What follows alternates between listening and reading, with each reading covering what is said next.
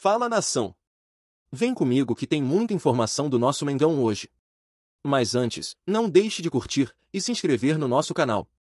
Isso é muito importante pois fortalece a corrente rubro-negra fazendo nosso Mengão cada vez maior e mais forte.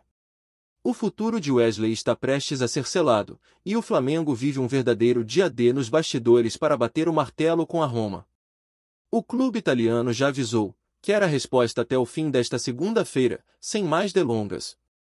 Depois de muita negociação, a proposta final agradou, 25 milhões de euros fixos, cerca de 161 milhões de reais, mais 5 milhões em metas. Grana forte entrando no caixa, mas o Mengão ainda segura o freio, e o motivo é claro, só libera se tiver reposição garantida na lateral direita. O desejo de Wesley é claro como o dia, ele quer ir para Roma o quanto antes. Já tem tudo acertado com os italianos, salário, tempo de contrato, projeto, tudo encaminhado desde o início de julho. Mas mesmo com essa vontade escancarada, o jogador se manteve profissional. Ficou à disposição no clássico contra o Fluminense e participou das conversas com a comissão técnica e o departamento de futebol. Felipe Luiz, com a sensibilidade de quem já viveu a ansiedade de uma possível transferência, optou por não colocá-lo em campo. Viu que a cabeça do garoto não estava 100% e preferiu preservar. Varela entrou como titular, e Léo Pereira, improvisado na esquerda, completou a linha defensiva. Segundo o próprio Felipe, a situação é complicada para o jogador, que vive a apreensão natural de quem está prestes a mudar de vida. Ainda assim, o treinador ressaltou a postura de Wesley, que se colocou à disposição para jogar. É o tipo de atitude que reforça o comprometimento, mesmo quando o coração já está batendo em outro ritmo. Já passei por isso. Não é só a carreira, é a vida da pessoa em jogo. E ele está lidando com isso da melhor forma possível, afirmou o comandante. A negociação com a Roma é a mais avançada que Wesley já teve, mas não foi a única. Em janeiro de 2023, o Barcelona tentou levá-lo por empréstimo, com opção de compra de 15 milhões de euros. O Flamengo recusou. No meio de 2024, o Bournemouth chegou com 12 milhões de euros e também levou um não. Pouco depois, renovou o contrato com Wesley e comprou mais 20% dos direitos econômicos do jogador. Em agosto do mesmo ano, a Atalanta veio com 16 milhões e quase levou, mas a falta de assinatura formal travou tudo na última hora. Em entrevista à época, o jogador confessou que aquela frustração, no fim das contas, serviu de aprendizado. Me fez bem, me fortaleceu, disse.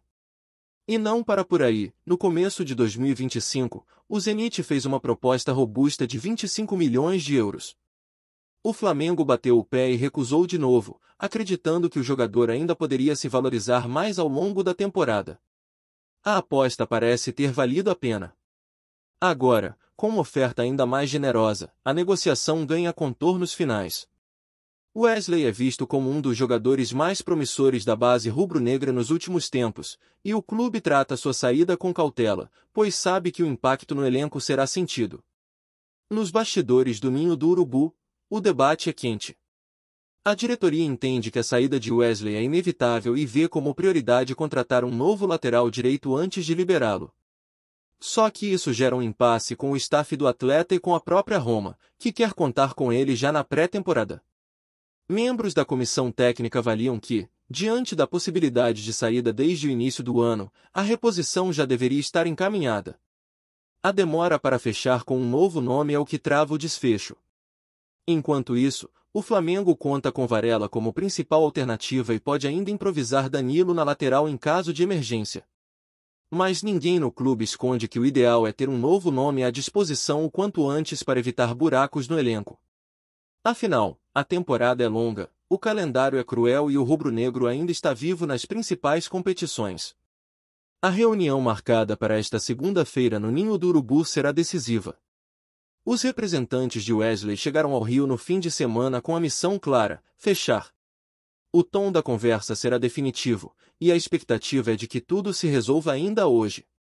No fim das contas, o Flamengo caminha para mais uma venda milionária, mostrando força no mercado e, ao mesmo tempo, sendo desafiado a manter a competitividade em campo mesmo após perder peças importantes. Agora, antes de continuarmos, não deixe de curtir, comentar e se inscrever no nosso canal. Isso é muito importante pois fortalece mais ainda a corrente rubro-negra, fazendo nosso Mengão cada vez maior e mais forte. Domingo, Maracanã lotado. 70 mil corações pulsando no mesmo ritmo, formando um só grito.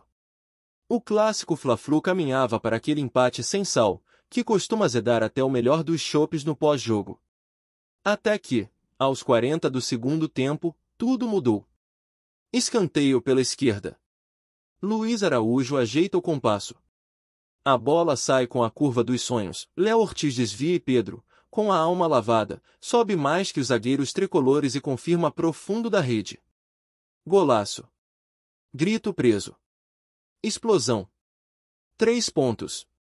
Mas mais do que isso, um recado claro para quem andou duvidando da alma do nosso camisa 9.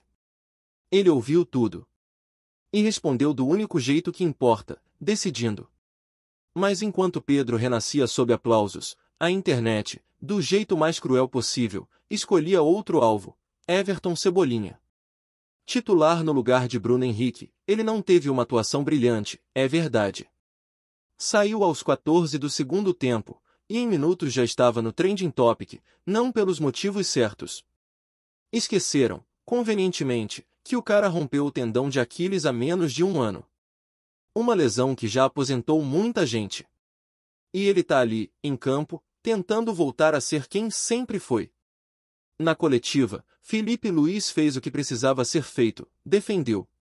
Sem rodeios. Estão sendo injustos, disse. Essa lesão muda a forma de correr, mexe com o corpo todo.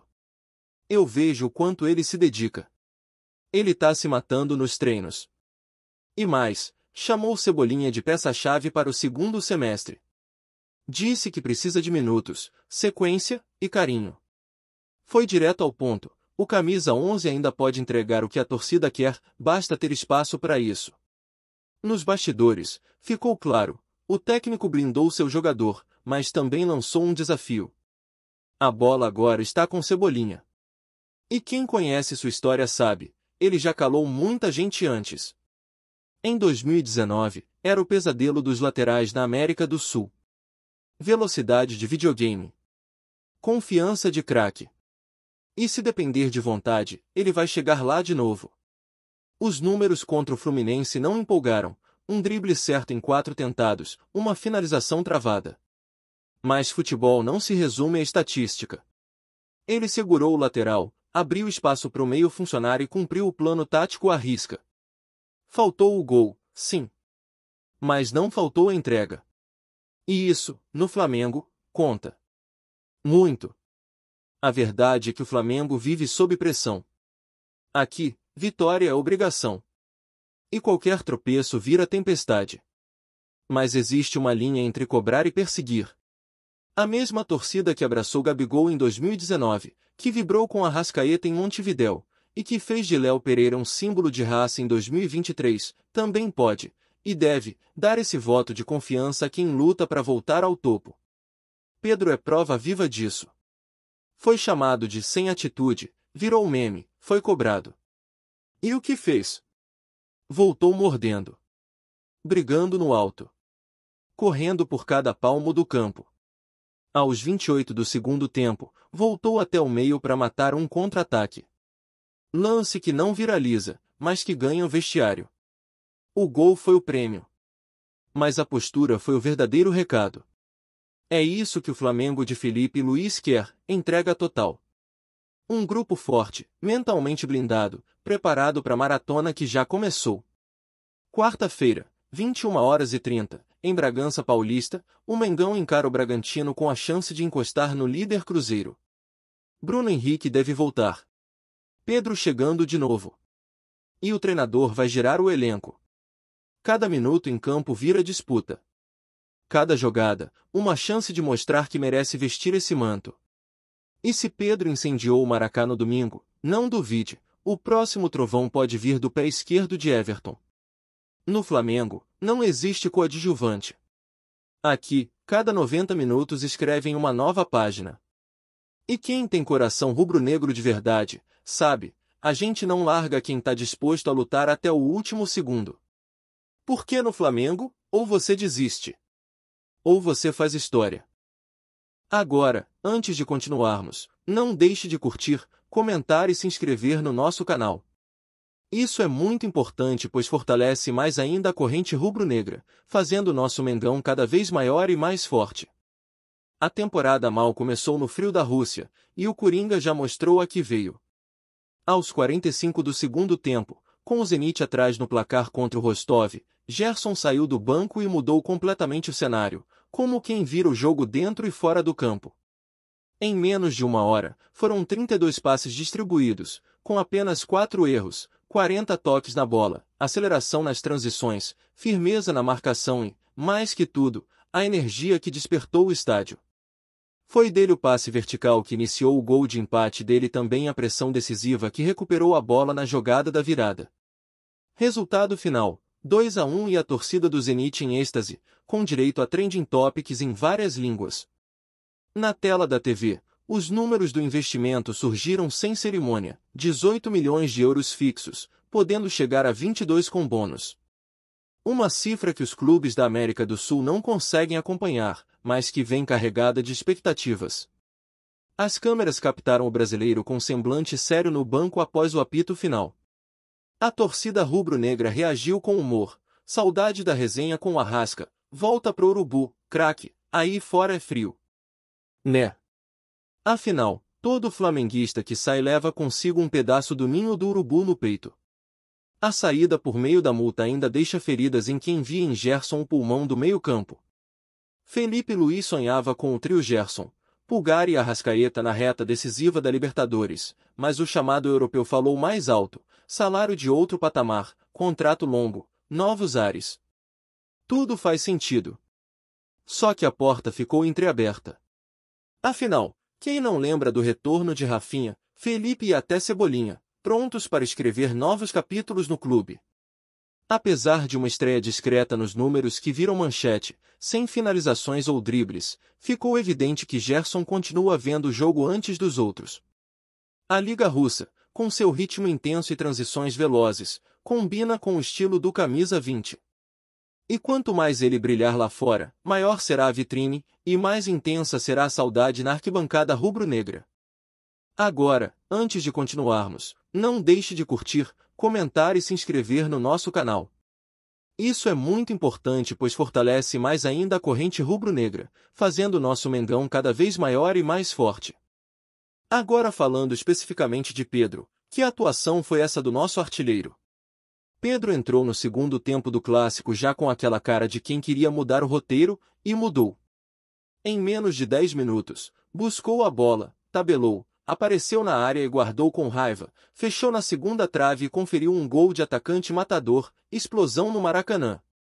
O gol valeu mais do que 3 pontos, valeu a reaproximação do camisa 9 com a nação. Felipe Luís, sempre sereno, deixou claro na coletiva que a página virada não é discurso vazio. Ele elogiou a entrega defensiva de Pedro, a pressão na saída rival e, principalmente, a alegria de voltar a vibrar junto com o grupo. Disse sem rodeios, o brilho estava de volta. E quando o professor, multicampeão pelo próprio clube, fala assim, o vestiário entende o recado, oportunidade virá, mas quem quiser vaga tem que dar tudo. Há poucos dias, a confusão com o técnico parecia um fantasma difícil de espantar, mas bastou a bola beijar a rede que o debate se evaporou. No vestiário, os jogadores como Léo Pereira e Luiz Araújo fizeram questão de festejar com o camisa 9, reforçando a narrativa de união que Felipe prega desde que assumiu.